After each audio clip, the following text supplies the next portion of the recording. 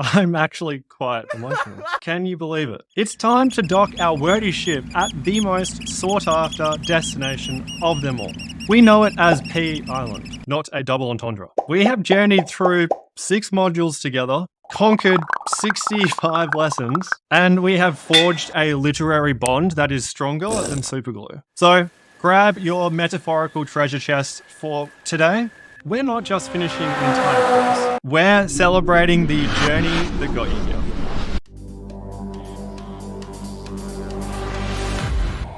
Are you ready? Everything you need to easily pass English ATAR. English ATAR Made Simple. Powered by Saints Coaching.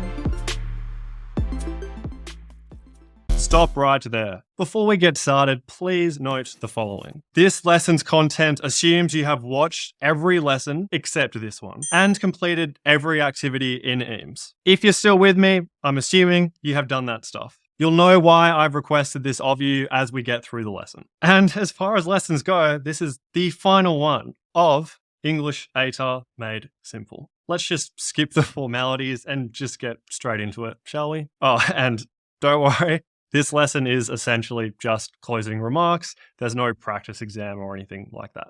Or is there? Let's start off with a check-in with the pair. Where the fuck are the lesson objectives? The final check-in, might I add. Most likely the last time you're going to be seeing this fruit in your life. That's not right. Anyway, let's see where you're at now on the roadmap and everything you've accomplished in this course. Starting with a final overview of it. Stone 1 was understand the concepts. Module 1 was change your mind. Module 2, what a ripper, master the Bibles. And then came along Stone 2, develop the exam strategy. This stone consisted of Module 3, command comprehending. Module 4, rule responding, and another big boy, Module 5, conquer composing. Then we move to Stone 3, practice the skills, the stone we're on now. This stone consists of one module, it's the one you're about to finish, Module 6, ace the WACE. That's our course overview. Now, what are the objectives of each stone and module again? As we just saw, this is Stone 1. This is its objective. Understand the mental skills and key concepts necessary to pass English ATAR. Before you hopped on Stone 1, you were here in the dull and gloomy struggle city. The moment you started Module 1, called Change Your Mind, was the moment you leapt onto Stone 1. In the process, we said, see ya to Struggle City. Turning to Module 1's objective. Develop the mindset and study practices necessary to complete English ATAR Made Simple and excel in English ATAR. Once you completed Module 1, you shuffled a little bit on Stone 1 and made it to Module 2, called Master the Bibles. This module's objective, understand the key concepts mentioned in the English ATAR syllabus and apply that to understanding studied texts. The moment you completed Module 2 and started Module 3 was the moment you leapt onto Stone 2, making it one step closer to pass English ATAR Island or P Island. Yeah. This is what Stone 2 consists of, and this is Stone 2's objective. Develop the strategies necessary to complete each section of an English ATAR exam. Your first step to achieving this objective was to complete Module 3. Module 3's objective was to understand how to complete the comprehending section of the exam and apply that understanding to practice questions. Once you finished Module 3, you developed the strategies to command the comprehending section, and were ready to shuffle over to Module 4, which represents the halfway point of Stone 2. Module 4's objective, understand how to complete the responding section of the exam and apply that understanding to practice questions. Once you completed it, you had the skills necessary to rule the responding section. This also meant you were ready to shuffle to the last module in Stone 2. Module 5, which, yeah, it was a big one. Its objective, understand how to complete the composing section of the exam and apply that understanding to practice questions. The moment you finished the last lesson in Module 5 was the moment you completed the most demanding stone in EAMS. Once again, you developed the strategies necessary to command the comprehending section, rule the responding section, and conquer the composing section, which meant you were ready to leap onto the third and final stone. This is where you've been since starting the first lesson in this module. This is the entirety of Stone 3. Its objective is to practice the learned skills by completing a practice exam. Module 6's objective, practically the same thing. everything to understand how to complete an English ATAR exam and apply that understanding by completing a practice exam.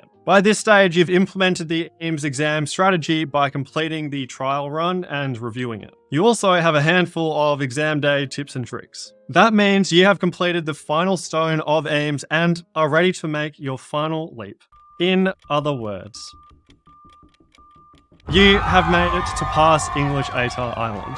Saying that doesn't do all your effort in this course justice. So let me just say, I am bloody proud of you. You might be wondering, but wait, I haven't passed English ATAR yet. Why am I on Pass English ATAR Island? A great question, one that brings up the next topic. It's something called the Affirmation of Transformation. Now, if you studied imaginative text, you'd recall that this thing happens at the end of a story. It's when the protagonist realizes they have changed for the better. My go-to example of an affirmation of transformation is in Star Wars: A New Hope, when you've got Luke, Han, Leia, the whole gang. There's this big ceremony and they're celebrating the destruction of the Death Star. And the protagonist, Luke Skywalker, is awarded a Medal of Bravery for his part in that destruction. It's at this moment that Luke realizes he has changed for the better.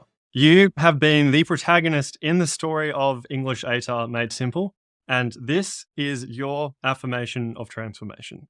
You are now ready to pass English ATAR. And this is what being on Pass English ATAR Island represents. It's not that you've already passed, it's that you are now ready to pass. Reflect on that for a moment. It is so easy to dismiss milestones in life. I don't want you to dismiss this one. Before moving on to the next topic, I encourage you to just pause the video for a moment and just think about your journey. Think about all the progress you've made, not just in English ATAR, but in life in general.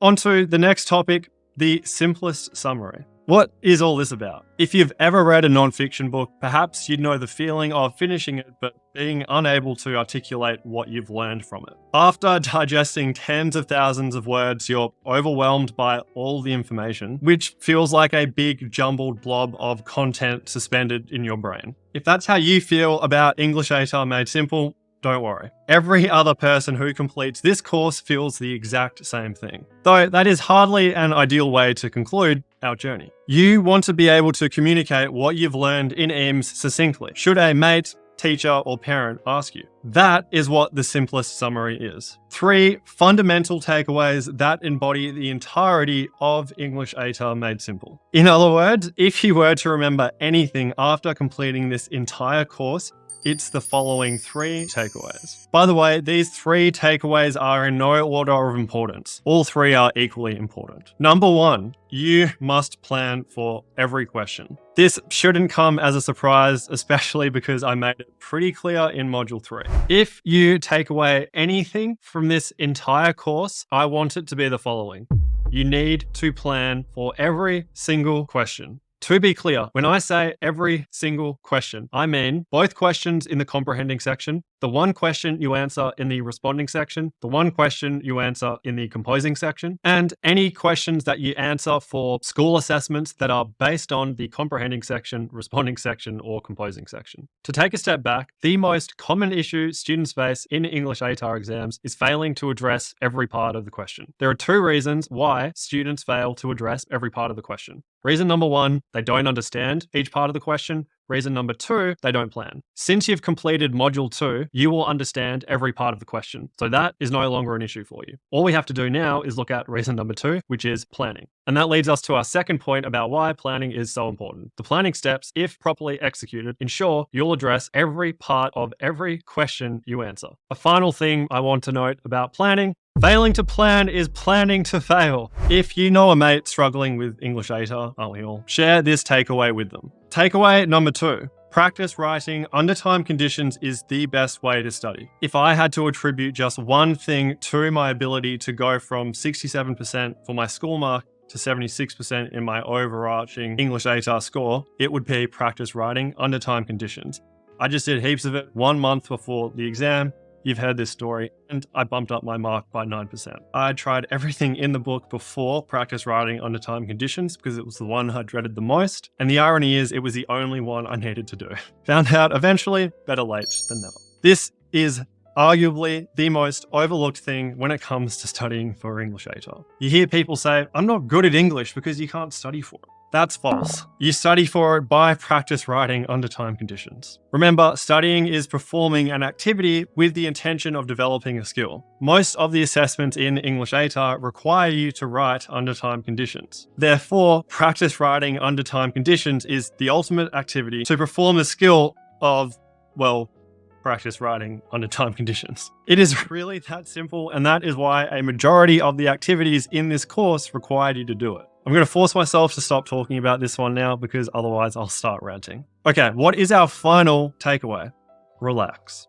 You might not have seen this takeaway coming, but it is really the most critical in terms of universal application. School makes out that ATAR is the be-all and end-all, that it's the only path to university, and that university is the only path to becoming a fulfilled, contributing member of society. This fallacy is like your neighbor asserting there's only one way to get to Cottesloe Beach, when in fact there are thousands. They're just used to taking the most obvious route. All of this might seem contrary to the overarching purpose of EAMS, to help you easily pass English ATAR so you don't have to stress about getting into university. But underlying that overarching purpose is an assumption that you actually want to go to uni. The truth is, you should only go if you want to go, not because someone else expects you to. English ATAR Made Simple enables you to get straight into uni, but if uni's not for you, uni's not for you. That does not mean you've wasted your time completing this course. I personally guarantee that the skills you've developed will hold you in very good stead regardless of which path you take. So, returning to the crux of this takeaway, please relax. Take a few breaths. If ATAR doesn't go as planned, remember, there are thousands of alternate routes to your destination. Those are our 3 takeaways. A few closing remarks. Course certificates. Remember these? We've got 2 types. First type is EAMS Gold member. And yes, the Austin Powers reference is 1000% intended. I love God. The only prerequisite to getting this certificate is to watch every lesson in EAMS. Once you finish watching this lesson, you'll be directed to a page where you can get your EAMS Gold member certificate. What about the EAMS Platinum member? We've got 2 prerequisites. Watch every lesson in EAMS, complete every activity in EAMS. It's called Platinum for a reason. Once you finish watching this lesson, you'll be directed to a page where you can get your EAMS Gold member certificate. But wait, if you've completed every activity to a satisfactory standard, claim your EAMS Platinum member certificate by following these instructions. Number A, email learn@saintscoaching.com. Number B, make the subject of the email EAMS Platinum member certificate, all caps locks. Number C, attach one file, emphasis on one, that has scanned copies of every completed workbook activity, and ensure that each completed activity is clearly titled with the name of the relevant lesson or lessons. If you can think of a better way to do this properly, please let me know. How do I know if I've completed every activity to a satisfactory standard? Look, I'm going to be real with you. Best way for me to answer that question is put yourself in my shoes and ask yourself concerning the relevant activity. Has this student followed the activity's instructions and completed it to the best of their ability? If you/me would answer yes, then you're all good. So that's the course certificates. What do I do now? If you haven't watched every lesson and completed every activity in the course, go and do that. If you have watched every lesson and completed every activity and want to do some more English ATAR study, woohoo, this is your best bet. Continue reviewing your language feature flashcards until the WACE exam. In other words, don't stop reviewing them until the WACE exam's over. Remember that analogy from Module 2. Language features are the popular and frequently used words in written language, Swedish, visual and multimodal language, Icelandic, and auditory language, Polish. Using language features in English ATAR is as important as using the words of a language to just speak that language. Language features are the language of English ATAR. If you're not referring to language features, you're doing it wrong. Secondly, complete and review as many practice exams as possible. You've already completed the trial run, which contains most of the questions from the 2021 WACE exam. However, there are plenty of other practice exams out there. You can still use any of the exams from before 2023 and after 2015. Just ignore one of the comprehending section questions. That's the only difference, essentially. Next remark.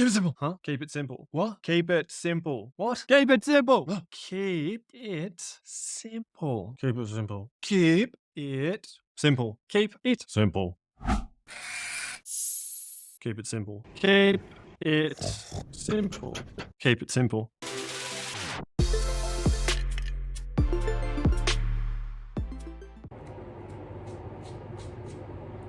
The fucking things you do for English ATAR.